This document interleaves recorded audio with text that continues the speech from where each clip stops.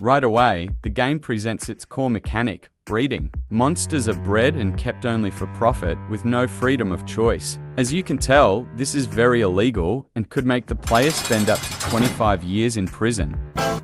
As you can see, monsters work endlessly to produce currency without pay or rest, since their only purpose is to make the player richer and sing forever. Exploitation gets punished with approximately 25 years in prison. Every monster generates currency, whether it's coins, shards, or relics. However, despite this massive wealth generation, not a single monster files their taxes. As you can see, this rare individual is only level 1, and it's going to be that way forever, since the player can decide if it's ever going to eat or not. In my opinion, it doesn't deserve any food. But anyways, neglecting your monster can cost you up to 20 years in prison.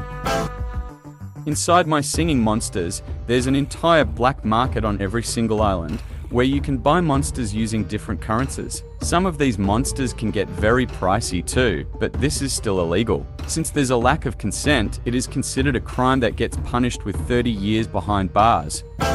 When you get a monster you don't want, you can make a very drastic decision, which is selling it, which is very wrong in many ways. First of all, you're doing this against the monster's will. And the worst part is, no one knows where monsters go when you sell them. They might as well go to an unknown place, or to monster heaven or hell, no one knows. What we do know is that you're sealing their fate and taking their right to live away.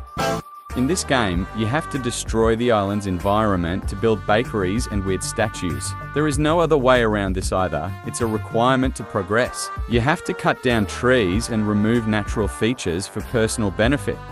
There's some kind of monsters that require the player to sacrifice the eggs of other monsters in order to wake them up. This is definitely one of the worst crimes. I know Celestials are supposed to be higher beings, but this is very old school coded. We don't do this anymore. We aren't living in the Bronze Age. You can alter a monster's happiness as much as you want using decorations. Grumpire, for example, may naturally lean toward a sullen demeanor, but with just a dragon tower, you can artificially boost its happiness. Boom, instant euphoria. But what happens if you decide Grumpire should suffer instead? Simply remove its favorite decorations, causing emotional damage. Just look at it, it's suffering.